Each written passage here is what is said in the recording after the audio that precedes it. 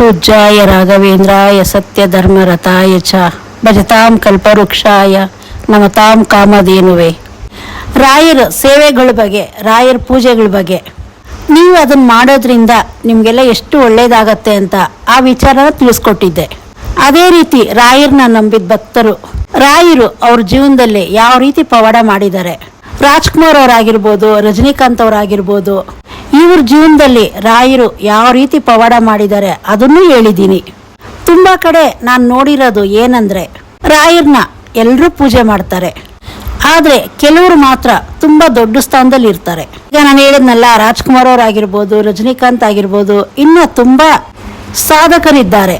ಅವ್ರ ಬಗ್ಗೆನೂ ನಾನು ಮುಂದಿನ ವಿಡಿಯೋಗಳಲ್ಲಿ ತಿಳಿಸ್ಕೊಡ್ತೀನಿ.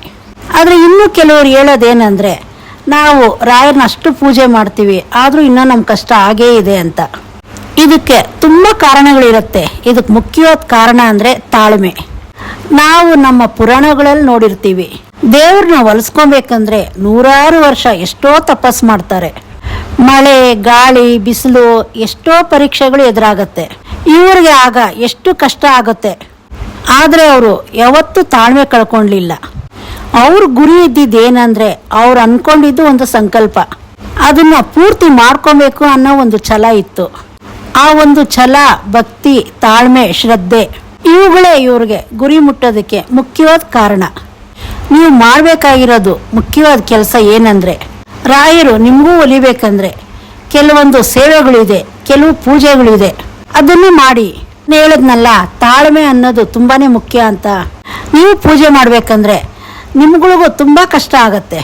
ತುಂಬ ಜನ ಹೇಳ್ತಾರೆ, ನಾವು ರಾಯರನ್ನ ಅಷ್ಟು ಪೂಜೆ ಮಾಡ್ತೀವಿ, ಆದರೆ ತುಂಬ ಕಷ್ಟ ಇದೆ ಅಂದ್ಬಿಟ್ಟು. ಯಾಕಂದರೆ ಅದೆಲ್ಲ ಆ ದೇವರೇ ಕೊಡ್ತಿರೋ ಒಂದು ಪರೀಕ್ಷೆ.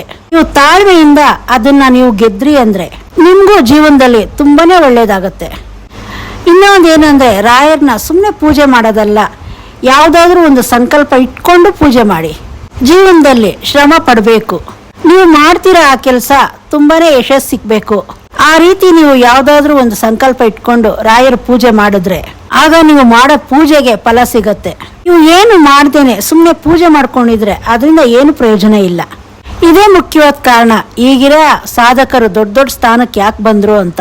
ಅವರೆಲ್ಲ ಹಾಗೆ ಮೇಲ್ ಬಂದಿಲ್ಲ, ಎಷ್ಟೋ ಕಷ್ಟಪಟ್ಟು ಜೀವನದಲ್ಲಿ ಬಂದಿದ್ದಾರೆ. ಅವ್ರ ಕೆಲಸದ ಮೇಲೆ ಇದ್ದಿದ್ದೊಂದು ಶ್ರದ್ಧೆ, ರಾಯರ ಮೇಲೆ ಇದ್ದಿದ್ದು ಭಕ್ತಿ, ಇವುಗಳೇ ಅವರು ಆ ಸ್ಥಾನಕ್ಕೆ ಬರೋದಕ್ಕೆ ಕಾರಣ.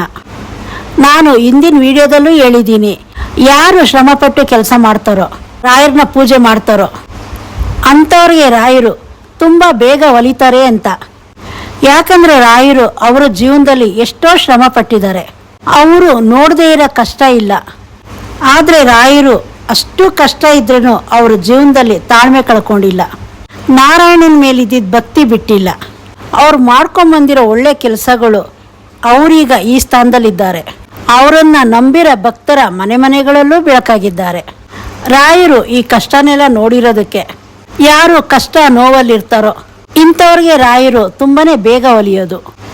ಇದರಿಂದ ನೀವು ಅರ್ಥ ಮಾಡ್ಕೊಬೇಕಾಗಿರೋದು ಇಷ್ಟೇ, ತಾಳ್ಮೆ, ಶ್ರದ್ಧೆ, ಭಕ್ತಿ ಮತ್ತು ಶ್ರಮ, ಗುರಿ, ಇದನ್ನು ನೀವು ಪಾಲಿಸಿದ್ರೆ ರಾಯರು ನಿಮ್ಮ ಜೀವನದಲ್ಲೂ ತುಂಬಾ ದೊಡ್ಡ ಬದಲಾವಣೆ ತರ್ತಾರೆ. ರಾಯರದು ಕೆಲವೊಂದು ಸೇವೆಗಳು ನಾನು ಇನ್ನೂ ಮುಂದಿನ ವಿಡಿಯೋದಲ್ಲಿ ತಿಳಿಸ್ಕೊಡ್ತೀನಿ. ರಾಯರು ಮಾಡಿರೋ ಪವಾಡ, ಮಾಡ್ತಿರೋ ಪವಾಡ, ಈ ಮಾಹಿತಿಗಳೆಲ್ಲ ನಾನು ಮುಂದಿನ ವಿಡಿಯೋದಲ್ಲಿ ತಿಳಿಸ್ಕೊಡ್ತೀನಿ. ನೀವು ಕಮೆಂಟ್ಸಲ್ಲಿ ಕೇಳೋ ಪ್ರಶ್ನೆಗಳಿಗೂ ನಾನು ಉತ್ತರ ಕೊಡ್ತೀನಿ. ಇದೇ ಥರ ಒಳ್ಳೊಳ್ಳೆ ಮಾಹಿತಿಗಳಿಗೆ ಚಾನಲ್ ಸಬ್ಸ್ಕ್ರೈಬ್ ಮಾಡ್ಕೊಳ್ಳಿ.